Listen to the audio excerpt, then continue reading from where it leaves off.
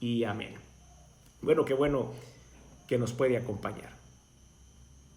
Vaya conmigo la escritura a Tercera de Juan, tercera epístola del apóstol Juan. Vamos a seguir en este estudio sistemático, más no exhaustivo, de las tres epístolas del apóstol Juan, y ya estamos llegando a la tercera. Digo sistemático porque hemos ido libro por libro, siguiendo y analizando ciertas cosas. No es exhaustivo, digo, porque no estamos haciendo un estudio versículo por versículo, sino que hemos tomado de algunos de sus versículos las ideas más centrales, más obvias para nosotros, y eso es lo que hemos estado compartiendo. Hemos en el camino aprendido mucho acerca de la visión, de la cultura, del por qué se mencionan algunas de estas cosas, y así lo vamos a seguir haciendo hasta terminar esta última epístola universal del apóstol Juan. Así que vaya conmigo a la tercera epístola de Juan, versículos del 5 al 8, es nuestro texto base para este estudio. Y dice la escritura: amado, fielmente te conduces cuando prestas algún servicio a los hermanos, especialmente a los desconocidos, los cuales han dado ante la iglesia testimonio de tu amor. Y harás bien en encaminarlos como es digno de su servicio a Dios para que continúen su viaje, porque ellos salieron por amor del nombre de Él sin aceptar nada de los gentiles. Nosotros, pues, debemos acoger a tales personas para que cooperemos con la verdad. Hemos titulado este mensaje: Seamos fieles sirviendo a nuestros hermanos en la fe. Y esta introducción, y voy a tratar de hablar un poquito acerca de esta epístola, tiene algo muy bonito, y es que está orientada a los trabajadores de Dios, es decir, aquellas personas que han dedicado su vida al servicio a Dios en alguna medida. Tenemos a veces una imagen de que el servidor de Dios debe ser austero, debe ser apartado para Dios, debe ser entregado al 100% a la obra de Dios, pero yo considero que hay diferentes niveles dentro del servicio a Dios y no necesariamente debemos estar siempre al 100%. Pues mi caso es uno de esos, ¿verdad? Yo no estoy al 100% enfocado en el servicio diario al Señor, sino que tengo también un trabajo que desarrollar secular, y estoy sirviendo a Dios en todo momento, en todo segundo, donde quiera que voy, pero no estoy metido al 100% en un ministerio. Tengo que cumplir mis responsabilidades laborales, tengo que ir y desafiar, es decir, encontrar todos los desafíos del mundo, de un trabajo, de un jefe, de problemas en el trabajo, de encontrar la manera de manejar nuestra vida, balancear la vida. Tenemos gastos, todo lo mismo que cualquier otra persona, pero enfocándonos minuto a minuto en poder servir a Dios donde quiera que andamos. Las personas, hay otro tipo de personas entregadas al 100% al ministerio, como mis hermanos misioneros, que van con toda su familia de lugar en lugar, de rincón de la tierra en rincón de la tierra, en lugares súper peligrosos, enfocados netamente en poder servir al Señor. Otras personas están dedicadas al 100% al pastorado. Están en la iglesia, administran la iglesia, pastorean la iglesia en la parte espiritual, lideran a la iglesia en la parte espiritual también, como en cualquier otra necesidad. Y así podemos encontrar diferentes modelos.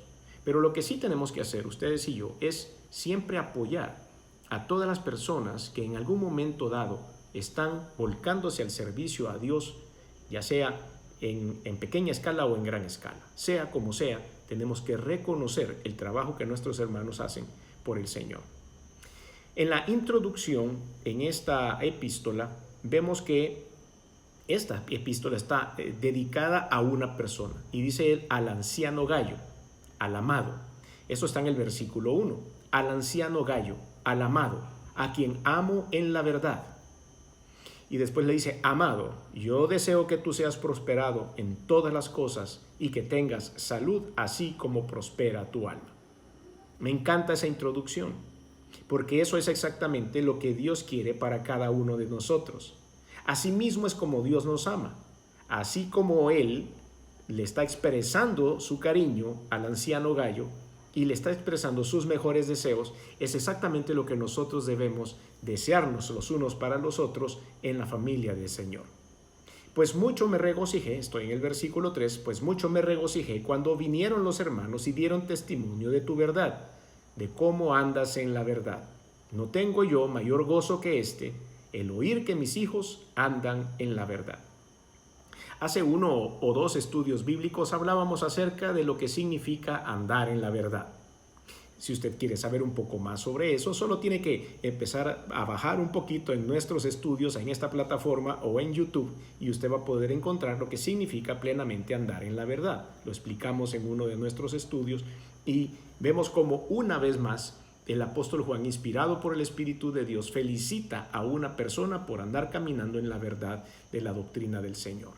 Entonces esta es la introducción a esta epístola, y es posible que Tercera de Juan haya sido una alusión a Segunda de Juan, es decir, una continuación de esta carta, y si es así, entonces estas 2 cartas fueron escritas a individuos en la misma iglesia, probablemente. ¿Recuerdan ustedes a la mujer?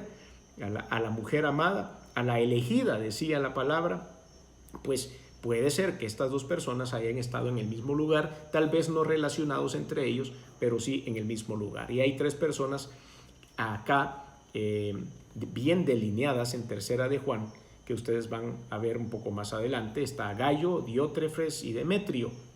Gayo es el laico de fiar en la iglesia, esa persona que llega y sirve en la iglesia también, pero es una persona con muy buen testimonio. Diótrefes es el oficial dominante dentro de la iglesia, y Demetrio es un bondadoso mensajero de Éfeso, que es también el portador de la carta que el apóstol Juan está enviando. Una vívida imagen de la primitiva vida de aquella iglesia y de la primitiva obra misionera, que era ir a dejar las cartas que se hacían en aquella época, y eso tomaba días completos a andar de una ciudad en otra ciudad.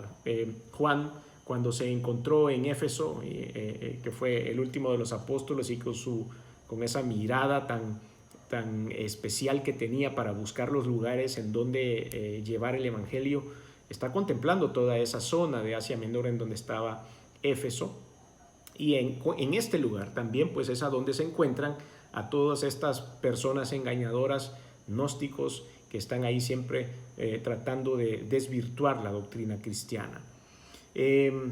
Vemos cómo todo esto representa lo que el Señor estaba queriendo comunicar, y que si nosotros lo empezamos a acoplar a nuestra vida, lo contemporizamos a este tiempo y a nuestra cultura, nos damos cuenta que sigue surtiendo el mismo efecto.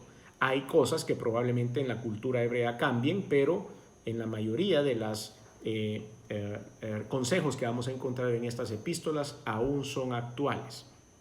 Y es aquí donde nosotros tenemos que entender que la palabra de Dios, la Biblia, es siempre actual. Con esto desvirtuamos el hecho de que algunas personas dicen que es un libro viejo, que es un libro aplicado a otra cultura. Pero cuando nosotros hacemos un análisis de un estudio como el que estamos haciendo hoy, nos damos cuenta que es aplicable perfectamente a las corrientes de pensamiento que hay en el mundo. Porque muchas de esas corrientes no han cambiado, sencillamente siguen estando igual que antes. Entonces el libro sigue siendo actual. Así que vemos cómo vamos ahora a poder analizar el resto de este libro. Y esa es nuestra introducción de qué tipo de libro es el que estamos leyendo en esta epístola. ¿Cómo podemos conducirnos entonces fielmente para servir a nuestros hermanos en la fe? Esa es la interrogante que tenemos ahora. Pues primero debemos de comprender la grandeza de lo que Cristo ha hecho por nosotros. Si usted y yo analizamos al 100% la obra maravillosa que Dios ha hecho en nuestra vida, tomando en cuenta el perdón de los pecados, la salvación eterna, las bendiciones de las cuales hemos sido rodeados y por las cuales estamos muy agradecidos, entonces nosotros estaremos preparados para poder servir a otros hermanos. En la encarnación, en la vida, en la muerte, en la resurrección de Jesucristo, podemos ver la humildad y el servicio, la grandeza que hay en la humildad y en el servicio del Señor Jesucristo ante todos nosotros. Y es ahí donde es importante que una vez que nosotros estamos entendiendo ese principio que Dios hizo a través de Jesucristo hacia nosotros, de ahí nace, esa es la raíz por la cual yo le puedo servir primero a otros hermanos y luego a las personas que están en el mundo. Mateo capítulo 20, versículo 28 dice: como el Hijo del Hombre no vino para ser servido, sino para servir y para dar su vida en rescate por muchos. Ese fue el propósito central de la visita del Señor Jesucristo a este mundo. No vino para ser servido. Él hubiera podido tener un trono muy bonito, hubiera podido tener un gran templo, hubiera podido tener una iglesia, hubiera podido tener lo que ustedes quieran, todo tipo de carruajes, todo tipo de comida, dormir en lugares buenos, etcétera, etcétera, pero sencillamente el Señor no vino para eso. Lo que el Señor vino a hacer era a servir a las demás personas, y eso es lo que ustedes y yo debemos copiar. Entonces, sirviendo a todos, esa es una de las respuestas a nuestra interrogante: cómo podemos nosotros servir a otros, es sirviendo a todos, incluyendo a aquellos que él sabía que le traicionarían, que le abandonarían y que pedirían su muerte. Y usted puede ser que en este momento piense y diga: bueno, yo estoy lejos de ser como el Señor Jesucristo, porque si yo sé que alguien quiere el mal contra mí, en el mejor de los casos sencillamente huyo de esa persona. En el peor de los casos quizá entro a discutir y tal vez a luchar, a pelear o lo que sea con esa persona. En esos extremos es donde se mueve el principio humano. Pero el principio divino se mueve en el hecho de decir: aunque me estés traicionando, te voy a bendecir. Aunque me estés traicionando, te voy a tomar en cuenta como mi equipo de trabajo. Eso es bien de Jesucristo, pero debemos aprender nosotros a hacerlo de la misma forma. Evangelio según San Juan, capítulo 13, versículos del 3 al 5. Vea la misma persona inspirada por el mismo Espíritu de Dios escribiendo el Evangelio. Recuerde, el Evangelio según San Juan es una descripción de la vida de este personaje, de Juan, el apóstol, al lado del Maestro. Él está narrando lo que vio, narrando lo que oyó, narrando lo que sintió, narrando lo que conoció en su tiempo a la par del Maestro. Es interesantísimo el hecho de estudiar desde el punto de vista de un ser humano el trabajo a la par del Señor Jesús. Qué maravilloso es esto. Por eso el Evangelio según San Juan es tan especial. Las 3 cartas de Juan el apóstol universales son consejos que dan a determinada iglesia, inspirado por el Espíritu de Dios, por supuesto, que le dio a él esa inspiración. El trabajo que había tenido hombro a hombro con el Señor Jesucristo y su cercanía con Dios, había sido ungido para eso. Entonces escribe estas 3 cartas que ahora ustedes y yo estamos analizando. Entonces volvamos al Evangelio. Según San Juan capítulo 13, versículos del 3 al 5, dice: sabiendo Jesús que el Padre le había dado todas las cosas en las manos y que había salido de Dios y a Dios iba, se levantó de la cena y se quitó su manto, y tomando una toalla se la ciñó. Luego puso agua en el hebrillo y comenzó a lavar los pies de los discípulos y a enjugarlos con la toalla que estaba ceñido. Como ustedes pueden ver, en ese momento él estaba haciendo un acto de buena voluntad, un acto de amabilidad, un acto de diplomacia que se solía hacer en aquellos tiempos. Cuando usted iba de visita a un lugar y entraba a una casa de un hebreo, había un protocolo de bienvenida que había que darle a cada persona. Entre ellos, había que darle un beso, había que permitirle lavarse los pies o lavarle los pies. Eran una de las primeras cosas que se hacían, porque recuerde usted que ellos usaban sandalias y pues no habían calles pavimentadas, todo estaba lleno de polvo. Entonces lo primero que sucedía era que los pies se ensuciaban, y para no entrar con polvo ni nada a los pies, y como símbolo de bienvenida, se le lavaban los pies a todas las personas que entraban en casa, y al final se les daba un anillo también en algunos casos. Entonces lo que vemos acá era que en esa última cena que estaban en ese aposento, el Señor decidió lavarle los pies a todos sus discípulos, incluyendo el mismo Judas que después lo iba a entregar, incluyendo a Pedro que después lo iba a negar, incluyendo a Tomás que dudó de las misericordias de Dios, del poder de Dios y de su resurrección. Pues a todos ellos el Señor les lavó los pies, no importando lo que iban a hacer más adelante. Eso no estaba dentro de sus planes, el hecho de hacer un análisis de qué hay en el corazón de Dios. Dios dijo, yo debo de hacer esto y debo demostrarle, enseñarle e instruirle a mis apóstoles que lo tienen que hacer, no importa cómo. Entonces yo tengo que trazar una línea que va a ser el estándar, y el estándar es limpiarle los pies a todas las personas, aunque dentro de su corazón estén maquinando el mal. Ese era el ejemplo de Dios. Entonces eso es lo que descubrimos en esta escritura. Ahora, si seguimos leyendo, hemos llegado hasta el versículo 5 del Evangelio según San Juan, capítulo 13. Ahora leamos del 6 al 11. Vea lo que dice. Entonces vino a Simón Pedro, y Pedro le dijo, Señor, ¿tú me lavas los pies? Y respondió Jesús y le dijo, lo que yo hago, tú no lo comprendes ahora, mas lo entenderás después. Pedro le dijo, no me lavarás los pies jamás. Jesús le respondió, si no te lavare, no tendrás parte conmigo. Le dijo Simón Pedro, Señor, no solo mis pies, sino también las manos y la cabeza. Jesús le dijo, el que está lavado no necesita sino lavarse los pies, pues está todo limpio. Y vosotros limpios estáis, aunque no todos, porque sabía quién le iba a entregar. Por eso dijo, no estáis limpios todos. Entonces vemos cómo el Señor, podemos analizar algunos de estos versículos y vemos que dice, sirvió a Judas Iscariote, sabiendo que lo traicionaría. Ahí estaba dentro de ese grupo. Sirvió a Pedro, como dije hace un minuto, sabiendo que lo negaría 3 veces. Sirvió a los otros discípulos, sabiendo también que lo abandonarían en la noche más oscura de la vida de Jesús. ¿Se recuerdan ustedes cuando estaba en el Getsemaní, que dijo, necesito subir a orar, y se alejó un poquito de los discípulos y empezó a clamar al Señor? ¿Y qué pasó con ellos? A ver si alguno de ustedes se acuerda. ¿Qué pasó con ellos? Se durmieron. Se durmieron en los momentos más difíciles. Se durmieron en los momentos más complicados.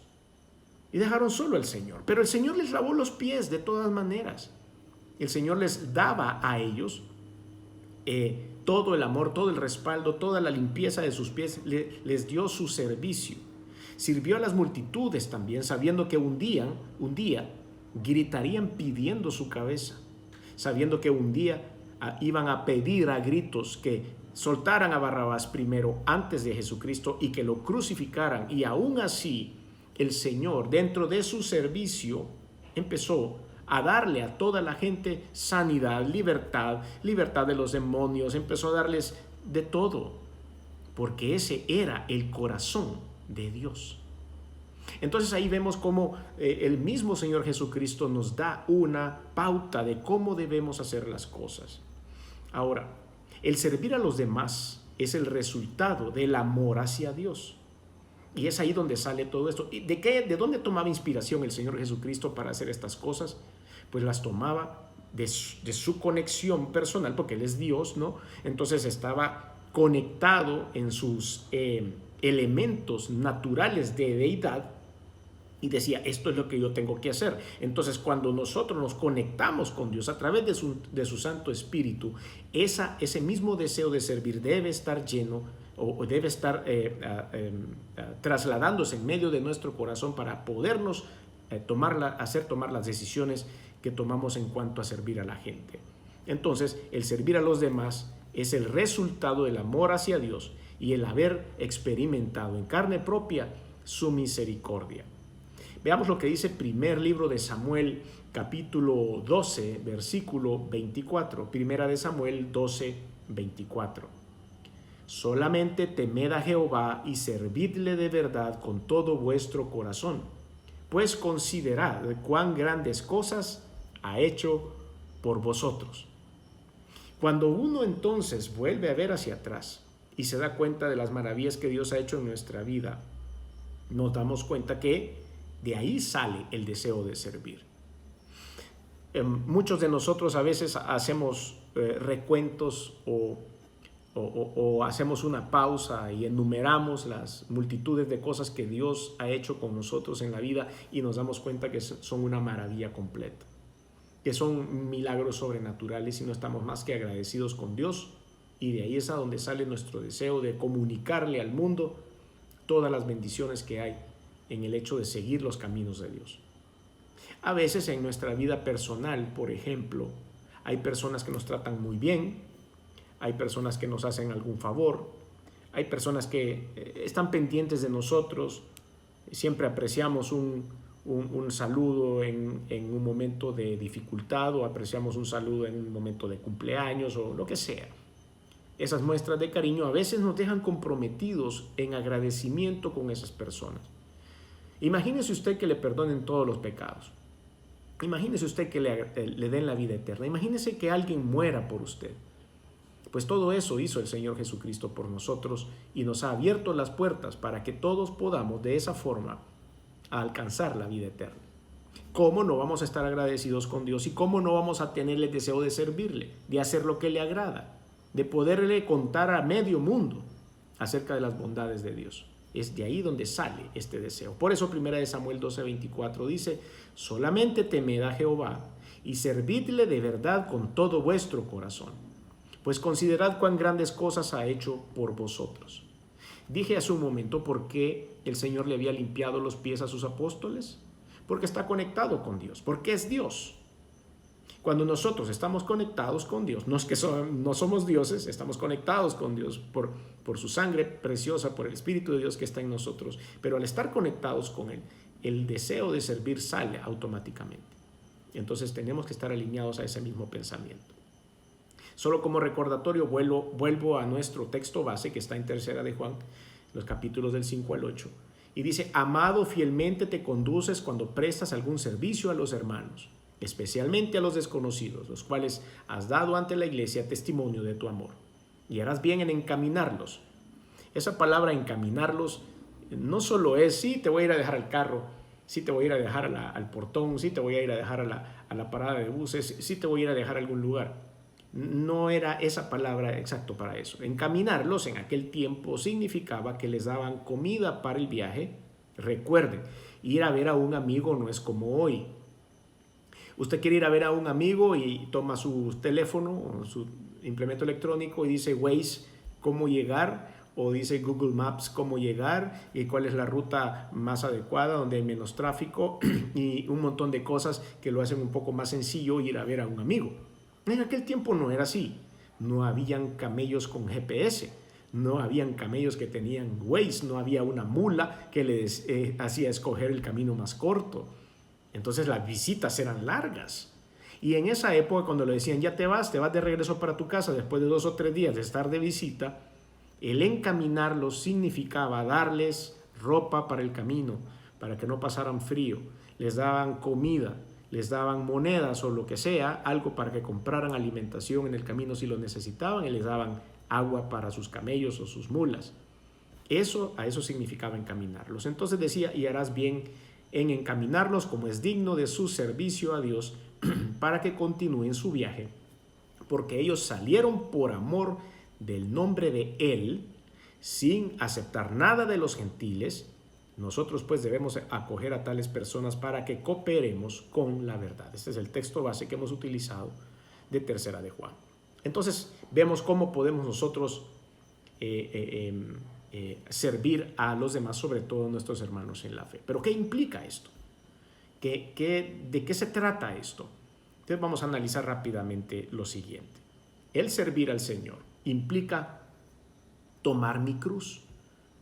A veces le hemos echado la culpa de esto de la cruz a algunos parientes por ahí. Y uno dice: bueno, es que mi marido es mi cruz. No es eso. Otros dicen: bueno, es que mi suegra es mi cruz. No, tampoco es eso. Otros dicen: bueno, es que mi esposa es mi cruz. No, tampoco es eso. No se refiere a eso la palabra. La palabra de Dios toma la cruz como el compromiso que hay de agradecimiento hacia el servicio a Dios. Vaya conmigo a Mateo capítulo 16, versículo 24. Mateo 16, 24, dice la Biblia: entonces Jesús dijo a sus discípulos: si alguno quiere venir en pos de mí, niéguese a sí mismo y tome su cruz y sígame. ¿Se da cuenta? No quiere decir que va a ir a agarrar a la suegra y se la va a poner encima. O no quiere decir que va a agarrar a su esposo y se lo va a poner encima. O a su esposa y se lo va a poner encima. No, no es eso a lo que se refiere el Señor. Entonces Jesús dijo a sus discípulos: si alguno quiere venir en pos de mí, niéguese a sí mismo. Esa es la cruz. Tome su cruz y sígame. La cruz no es algo pesado. Es decir, me niego a mí mismo y quiero servir a Dios, y entonces voy a crucificar mis deseos para algunas cosas. Es cierto, el ser un buen cristiano a veces amerita una inversión, no necesariamente monetaria.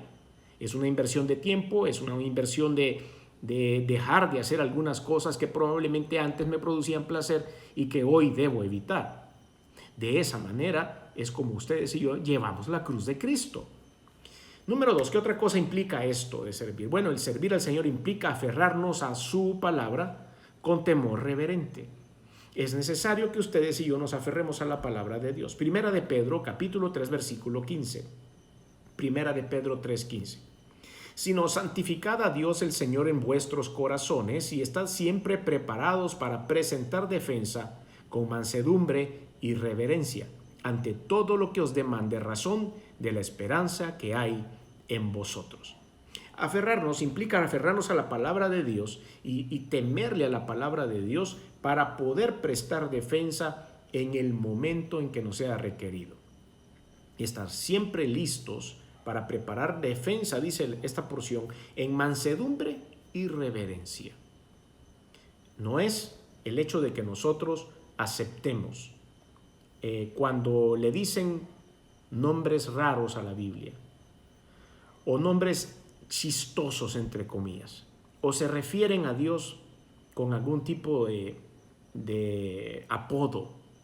Yo creo que todos nosotros debemos tener respeto. Estamos acostumbrados a faltarle respeto siempre a nuestras autoridades, a hacer memes hoy de todas las personas más serias o de los que están en eminencia o de los líderes políticos o de los actores o los futbolistas. Siempre nos estamos burlando de las personas que están en algún tipo de liderazgo. Y en esa misma dinámica, muchas personas se burlan de Dios y le ponen apodos y le llaman de algunas maneras. Y yo creo, y estoy seguro, están de acuerdo conmigo, Dios es Dios, creador de los cielos y de la tierra, creador de nosotros, diseñador de todo. Por eso debemos expresar respeto a Él. La palabra de Dios es la palabra de Dios, por lo tanto debemos expresar respeto sobre la Biblia. Todo esto es lo que tenemos que decir nosotros a la gente. Debamos presentar con mansedumbre y reverencia respeto a Dios, respeto a las cosas de Dios, y eso es lo que tenemos que también compartir con la gente. El servir al Señor implica mantenernos con una actitud de humildad y gratitud por todo lo recibido, constantemente. Siempre tenemos que estar atentos y agradecidos en lo que Dios está haciendo por nosotros. Vaya conmigo a la escritura, a Primera de Corintios, capítulo 15, versículos 57 y 58. Primera de Corintios 15, 57 y 58.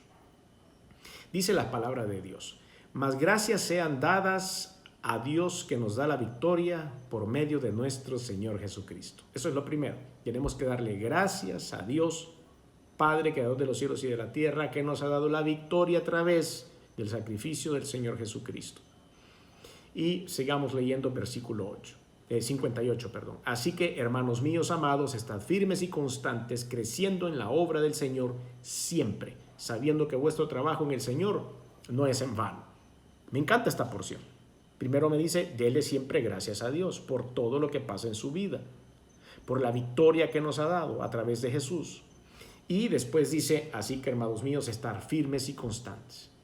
Porque el mundo, las olas del mundo, sus corrientes de pensamiento, sus pecados y sus tentaciones son como las aguas del mar que van minando y minando y minando y minando, y si están chocando todo el tiempo contra una roca o contra un muro, van minándolo y en los años ese muro se va a caer porque no soporta tanta tentación.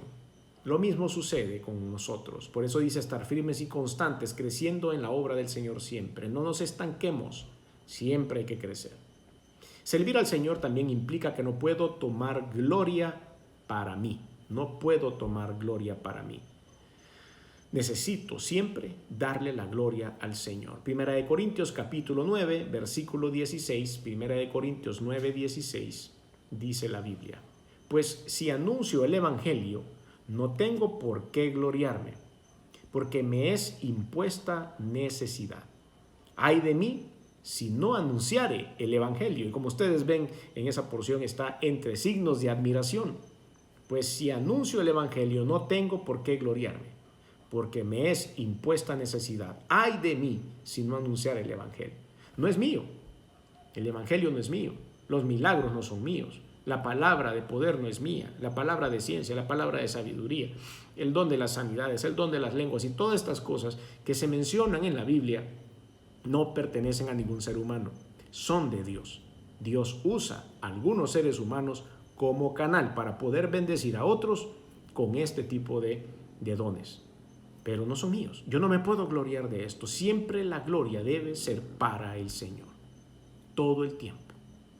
Si decimos algo bueno, si tenemos éxito en llevarle la palabra de Dios a una persona y esa persona llega a los pies de Cristo, no somos nosotros. Es Dios que nos ha usado. Es por eso que tenemos que primero darle la gloria y después sentirnos muy bien. Después de eso nos tenemos que sentir en paz, es decir, qué bueno, serví como puente para poder ayudar a una persona y Dios fue el que habló. Esa debe ser nuestro pensamiento. El servir al Señor implica que voy a considerar a los demás como superiores a mí mismo. Eso tampoco nos gusta, porque la vida es una competencia. La vida es una competencia constante, siempre estamos compitiendo con ver quién tiene más, quién es mejor, quién piensa mejor, quién corre más rápido, quién hace mejores negocios, quién tiene la mejor casa, el mejor carro, quién se viste mejor, quién es más inteligente, quién es más vivo para los negocios, o como decimos en nuestro país, en el caló de nuestro idioma, magbuxo para salir adelante. ¿Quién es el mejor? Y eso nos genera una competencia y en muchas ocasiones no podemos nosotros tomar un rol de siervo, de servidor, porque entonces estamos cediendo espacios. Filipenses capítulo 2, versículos del 3 al 4, dice: nada hagáis por contienda o por vanagloria, antes bien con humildad, estimando cada uno a los demás como superiores a uno mismo. Eso fue lo que el Señor Jesucristo nos enseñó. Él hubiera podido venir aquí a demoler a todos los romanos en esa época. Pudo haber demolido y quemado de un solo plumazo a todos los fariseos, pero no lo hizo. Él pudo haber estado, como dije al principio, en los mejores lugares, quedándose en los mejores hoteles, pero no estuvo ahí. De hecho, nació en un pesebre. ¿Por qué? Porque este es el principio que él abraza. Tenemos el primer tiempo de participación. Hemos comprendido la grandeza de lo que Cristo ha hecho por nosotros. Estamos siguiendo el ejemplo de Cristo al servir a todos y sobre todo a la familia de la fe. ¿Quiere usted comprometerse con Cristo, a aquel que vino a servir y que vino a dar su vida por amor, cumpliendo los puntos que hasta este momento hemos tocado? Ese es el tiempo de reflexión. Bueno, la calidad del servicio que Dios espera por nosotros es alta. Él espera de nosotros una alta calidad. Y es, en su primer paso, sirviendo por amor a las demás personas. Que es como el anciano Gallo, del análisis que estamos haciendo de Tercera de Juan, es lo que él demostraba. Amado, fielmente te conduces cuando prestas algún servicio a los hermanos, especialmente a los desconocidos, los cuales han dado ante la iglesia testimonio de tu amor. Ellos hablaron acerca de Gallo. Entonces nos vemos, estoy leyendo por supuesto Tercera de Juan del 5 al 8, que es la porción que estamos analizando. Entonces vemos ahí como la gente hablaba de Gallo. Hablaba bien y decía, no, es una persona súper amorosa, tiene el corazón de Cristo, tiene el amor de Jesús para nosotros. Y esto es lo que hablaban de ellos. Entonces, desde tiempos antiguos era una costumbre despedir a los huéspedes acompañándoles un trecho del camino, como dije hace un rato, y proveyéndoles todo lo necesario.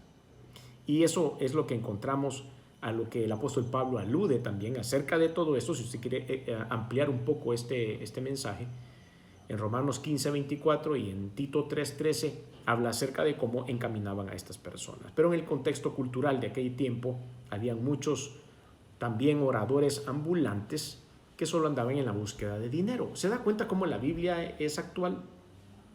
En aquella época también habían estos seres humanos como Gallo y gente que los encaminaba y les daba, pero también habían charlatanes. Habían personas que andaban queriendo decir que predicaban la palabra de Dios, pero lo único que buscaban era el dinero. Pues lo mismo sucede hoy. Lo mismo sucede hoy. A veces en un súper gran escala. Hay gente que predica la doctrina de la prosperidad en grande escala. Estamos hablando de mucha plata. Y por ahí también andan uno que otro profeta itinerante que no los reciben en ninguna iglesia porque tienen mala reputación, pero andan de casa en casa dando profecía falsa a las personas por un poco de plata. Entonces vemos que esto sigue siendo todavía actual. En 1 Corintios, por ejemplo, 1 Corintios capítulo 9, Pablo defiende el derecho de los predicadores de poder recibir paga. Hace poco conversaba con alguien y decía, bueno, todas las iglesias deben tener un presupuesto de trabajo y todas las iglesias deben tener un gobierno también, que es lo que se llama en el estudio de las iglesias, de cómo administrar una iglesia. Debe haber un gobierno de la iglesia. En el caso de algunas iglesias de diferentes denominaciones, sus gobiernos son diferentes, tienen modelos diferentes. Hay unos que es el cuerpo pastoral y el cuerpo oficial. El cuerpo pastoral pastores que se dedican a cuidar de la parte espiritual de la iglesia. Y el cuerpo oficial son los que se encargan de la administración netamente de la iglesia, el manejo del dinero, las contrataciones del personal, las inversiones, el apoyo a misioneros, el apoyo a otras iglesias, el apoyo a otros ministerios. Entonces trabajan en conjunto, pero cada uno se delega su rol. Pero hay personas dentro del cuerpo pastoral que se dedican al 100% al trabajo de la iglesia. Y como dice el apóstol Pablo, son dignos de su salario. Y es por eso que el cuerpo oficial asigna un salario para todos aquellos que están al 100%. ¿Por qué?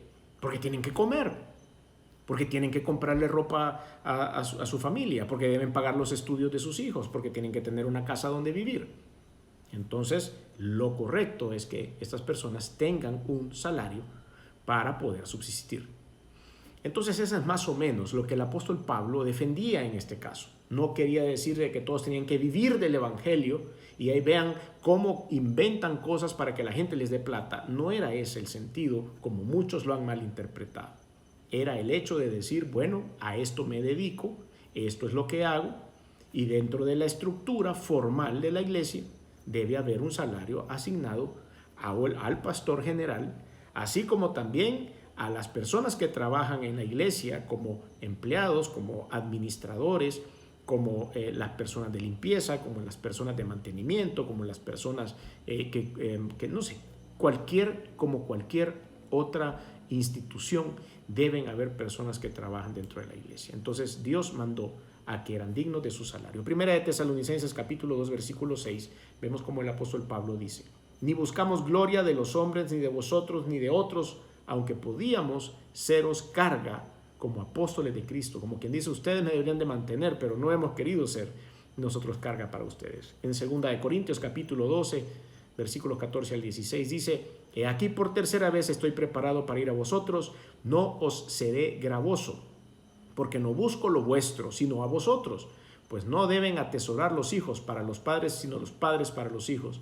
Y yo con el mayor placer gastaré lo mío, y aún yo mismo me gastaré del todo por amor de vuestras almas, aunque amándonos más, sea yo amado menos. Y ahí es ahí donde el apóstol Pablo dice: yo doy para ustedes, no necesito que ustedes me den a mí, aunque lo merezco por ser servidor de Cristo. Entonces, ¿cuál es nuestro deber? ¿Qué es lo que nosotros debemos hacer con los hermanos en la fe? Primero es apoyar, darle la bienvenida a nuestro hogar, darle la bienvenida en lo que nosotros podamos ayudarle a nuestros misioneros, a nuestros pastores, a los líderes, a las personas que están al 100% dentro del ministerio, que merecen el apoyo de nosotros, aquellos que sirven en la proclamación de la verdad del Señor. Dice la palabra de Dios: si alguno viene a vosotros y no trae esta doctrina, no le recibáis en mi casa ni le seáis bienvenido, porque el que dice bienvenido participa de sus malas obras. Esto lo estudiamos hace un par de oportunidades, hace un par de estudios. Pero sí le tenemos que dar la bienvenida a aquellas personas que llegan en representación del Señor. todos los días se reunían en el templo y partían pan en las casas y comían juntos con alegría y sencillez de corazón, dice Hechos capítulo 2, versículo 46. Y este es el principio que Dios quiere, esas reuniones donde estaba la presencia del Espíritu de Dios, que partían el pan, que compartían, que con alegría y sencillez de corazón. Eso es lo que el Señor busca. Es servir también a estas personas sacrificialmente. ¿Qué significa esto? Ayudándoles como el Señor nos ponga en el corazón, dándoles palabras de aliento, dándoles palabras de gratitud por el servicio que hacen por el amor a Dios, ser sinceros y leales con ellos. Todo esto es lo que nos ha pedido el Señor que hagamos. Segunda de Timoteo capítulo 1, versículos 15 al 17 dice: ya sabes que me abandonaron todos los que están en Asia, dos de los cuales son Figelo y Hermógenes.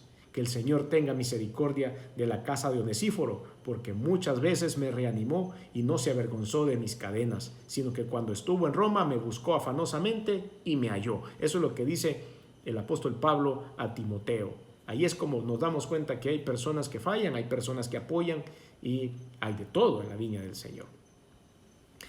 También debemos servir a los que sirven para que continúen siendo colaboradores de la verdad.